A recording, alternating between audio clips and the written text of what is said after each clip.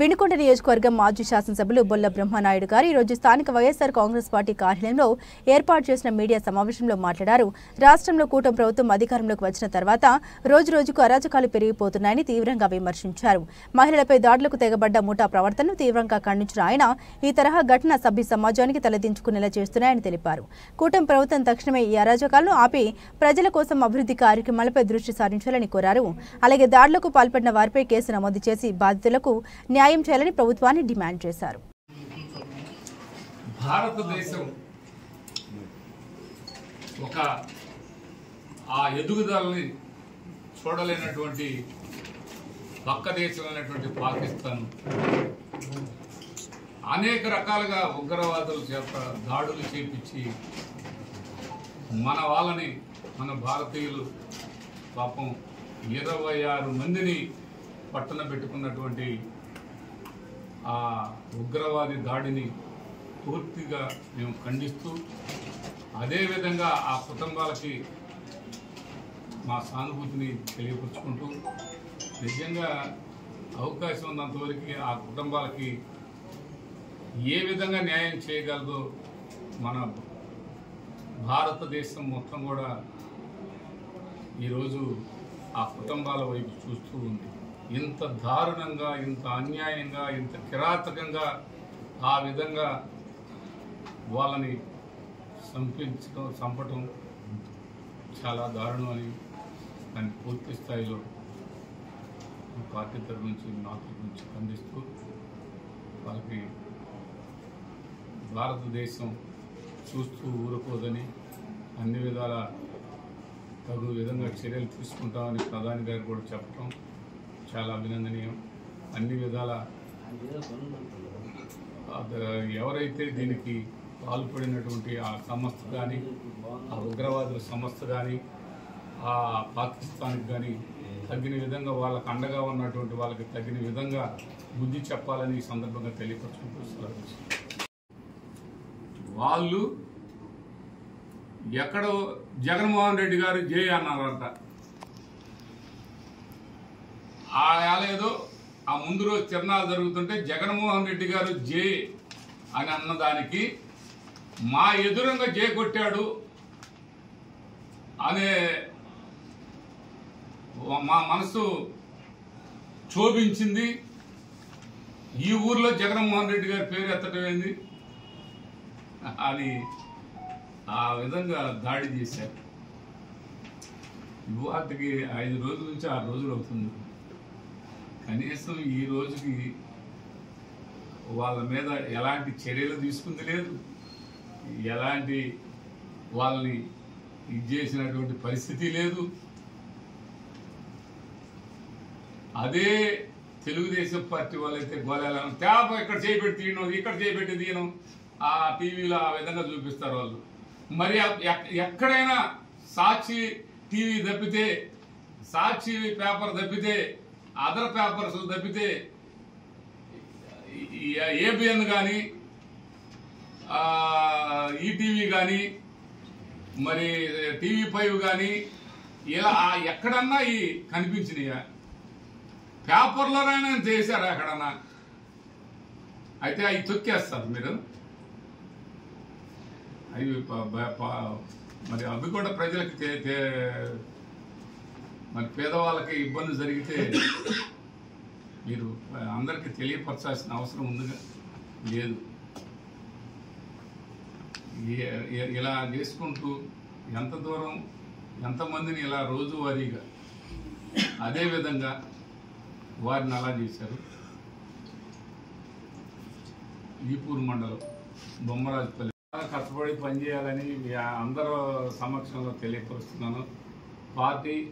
Party విధానాలకి అన్ని విధాల party కార్యకర్తలకి మీరు అండగా ఉండాలి. ఈరోజు మనం చూస్తున్నాం ప్రతి గ్రామంలో ఎవరైతే చిన్న బడుగు బలహీన వర్గాలు ఉన్నారో వాళ్ళని ఎలాంటి హింసలు పెడుతున్నారో మీరు చూస్తూ ఉన్నారు. నిజంగా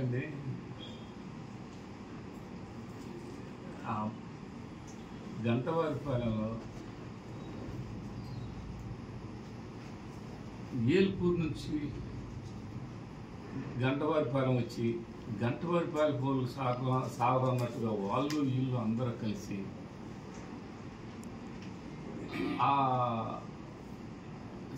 చికెన్ షాప్ ఉంటే ఒక 25 లక్షల రూపాయలు మిషనరీ అవన్నీ ఉన్నాయి.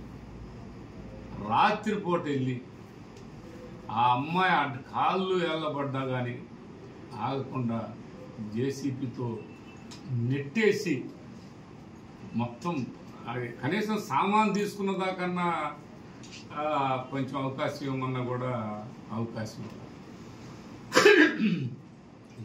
అది మరీ చాలా ఇబ్బందికరమైనటువంటి ఆలోచన చేసినటువంటి వాళ్ళు కనీసం ఆ మిషనరీ అన్నా తీసుకున్న పరిస్థితి లేదు. అది అందుకాక పంచాయతీ వాళ్ళకి అంతకుముందు వాళ్ళు చెప్తే పంచాయతీ వాళ్ళు తీయటానికి ఇల్లేదని హైకోర్టు దానికి స్టే ఇచ్చిన పరిస్థితి. ఆపండి, అది తీయటానికి ఇల్లేదు అని అవకాశం ఇచ్చారు. దాన్ని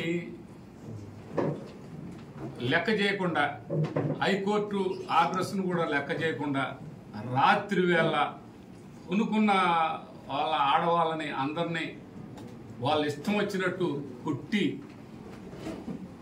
ఆయనైతే ఆ ముసలయ్య పాపం నాయసరావు ఉన్నాడు పేరు,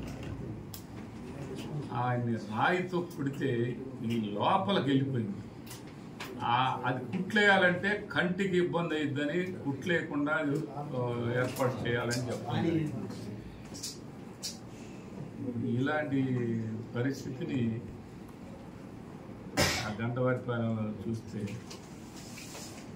ఆ అమ్మాయి సెల్ అండి, ఆ అమ్మాయి ఫోటోలు తీసిందని ఆ సెల్ జాకెట్లో పెట్టుకుంటే ఆ బటన్స్ తీయమని బటన్స్ చేయి పెట్టి బటన్స్ తీయమని పెటా కొట్టాడండి. ఆ అమ్మాయిని చంపుకు పెట్టి పెటా కొట్టిన ఆ అమ్మాయి తీయకపోతే సించి లోపల చేయి పెట్టి సెల్లు తీసుకొని పోయారు. ఇది రియల్గా జరిగినటువంటిది. నిన్న నేను కూడా అక్కడికి వెళ్ళాను. ఆ సెల్లు 2 సెల్లులు ఇంకొక అమ్మాయిది కూడా అదే విధంగా చేసి, ఆ అమ్మాయి చిన్న అమ్మాయి, ఆ అమ్మాయిని కూడా అట్లాగే కొట్టి ఆ సెల్లులు లాగేసుకొని ఆ సెల్లుల్ని ఈ రోజు కూడా ఇప్పించాల. పోలీసు వారు కూడా తీసుకున్న మాట నిజమేనని పోలీసు వాళ్ళు చెప్తున్నారు. పోలీసు వాళ్ళు మరి తీసుకుంటే మరి అవి ఎందుకు కలెక్షన్ చేసి వాళ్ళకి అప్పచెప్పరు? మీకు దేనికి అంత ఇబ్బంది? మీరు చట్టం ఆ ఎస్ఐ గారు వచ్చి నేను 10 సార్లు ఫోన్ చేశాను, ఏమండి ఇక్కడ జరుగుతుంది గంటవారిపాలెంలో దొమ్మిగా అందరూ వెళ్ళి ఆడవాళ్ళని పాములని, అంటే ఎస్టీలు ఎరుకుల కులానికి సంబంధించిన వాళ్ళు అక్కడ మేమందరం పాములు అంటాం. నేను 10 సార్లు ఫోన్ చేశాను ఎస్ఐకి సిఐకి, వాళ్ళిద్దరూ ఫోన్ లిఫ్ట్ చేయలేదు. 10 సార్లు ఫోన్ చేశాను, వాళ్ళు ఫోన్ లిఫ్ట్ చేయట్లేదని అంటే ఇట్లా చేస్తున్నారు, అరాచకం జరుగుతుందని చెబితే అప్పుడు ఏ మాటగా మాట డిఎస్పీ గారికి ఫోన్ చేశాను. డిఎస్పీ గారు ఎమ్మటే లిఫ్ట్ చేశాడు. ఏంటని అంటే ఇలా జరిగిందండి అంటే అప్పుడు డిఎస్పీ గారు వాళ్ళకు ఫోన్ చేసి వాళ్ళు వచ్చేంతవరకు కూడా ఈ దారుణం జరుగుతూనే ఉంది, ఈ మారణకాండ చేస్తానే ఉన్నారు. వాళ్ళు ఇష్టం వచ్చినట్టు మాట్లాడటం, మొత్తం పడేస్తామని చెప్పటం, ఇల్లు మొత్తం పడేస్తామని చెప్పటం. రాత్రిపూట ఆ కొట్టడంలో కూడా విపరీతంగా కొట్టి పోలీసులు వచ్చి ఎవరైతే కొట్టిన వాళ్ళని వదిలేసి ఎవరికైతే దెబ్బలు తగిలియో వాళ్ళకి సంబంధించిన వాళ్ళు అక్కడ లేని వాళ్ళని కూడా తీసుకెళ్లి ఈపూర్లో పోలీస్ స్టేషన్లో పెట్టరు, పక్క గదుల్లో పెడుతున్నారు. గదుల్లో పెట్టి ఈ లావు బొబ్బలు వచ్చినాక ఈ లావు చేతులన్నీ కర్రలతో చేతులు ఈపు మీద విపరీతంగా కొట్టడం జరిగింది. ఆ ఎస్ఐ గారు లేస్తే కొట్టే పని. అయితే పోలీస్ స్టేషన్లో ఉండడు, ఆ పక్క రూమ్ ఏమయ్యా పక్కన ఎట్లుంటుంది ఆ రూమ్? క్వార్టర్స్ లో చూడండి. అసలు ఏమన్నా భయం ఉండాలి కదా వాళ్ళకి. సరే ఇవాళ జరిగింది, ఇవాళ అలాగే ఉండిపోతే రేపు కూడా వాళ్ళు అదే విధంగా దాడి చేస్తారు కదా. ఆ విధంగా పోలీసు వారు ఆ ఈపూరు స్టేషన్ నుంచి ఆయన కూడా తెల్లారుజామున తీసుకొని వచ్చి మిరపకాయల కళలో కొనుక్కుంటే నాగేశ్వరరావుని, ఇప్పుడు మండల కన్వీనర్ అయిన నాగేశ్వరరావుని కూడా అదే విధంగా తీసుకొచ్చి ఆ పక్క గదిలో వేసి ఇది చేశారు. ఈ కొట్టడం ఏందండి పోలీసులు? ఏందండి దుర్మార్గం? ఇక అడిగే వాళ్ళు లేరని మీ ఇష్టం వచ్చినట్టు కొడుతున్నారు. నేను కూడా తట్టుకోలేని పరిస్థితి అనమాట. ఈ రోజు ఆ రోజు అనేది లేదు. మొన్న పలుకూరు, బొల్లాపల్లి మండలం పలుకూరులో కోసం ప్రయత్నం చేయండి, మంచి చేయండి. ఇంకా చాలా దుర్మార్గాలు చేస్తున్నారు ఇక్కడ శాసనసభ్యులు గ్రామాల్లో జరిగే వాటిని మరి చూస్తున్నారో లేదో, మరి ఆయన ఆధ్వర్యంలో జరుగుతున్నాయో, మరి ఎవరు బ్యానర్లు లేకుండా ఎప్పుడుంటున్నాయి? ఏమైనా బ్యానర్ కూడా కట్టుకునేవా ఆంజనేయులు? చూస్తాం, ఏది ఆగదు. దాని సమయం వస్తుంది. వచ్చిన రోజు మరి ఈ బ్యానర్ల పరిస్థితి ఏందో, ఈ మున్సిపల్ కమిషనర్ ఏందో, ఈ కమిషనరు పోలీసులు కార్యకర్తల్లాగా బ్యానర్లు కడితే ఉపదేస్తారా? ఇదే మీరు చేసేది? చూస్తాం, ఏమి వదిలిపెట్టాం. మేము రెడీగా ఉన్నాం, తెగిచ్చున్నాం. మీరేం చేస్తారో మీ ఇష్టం వచ్చింది చేయండి.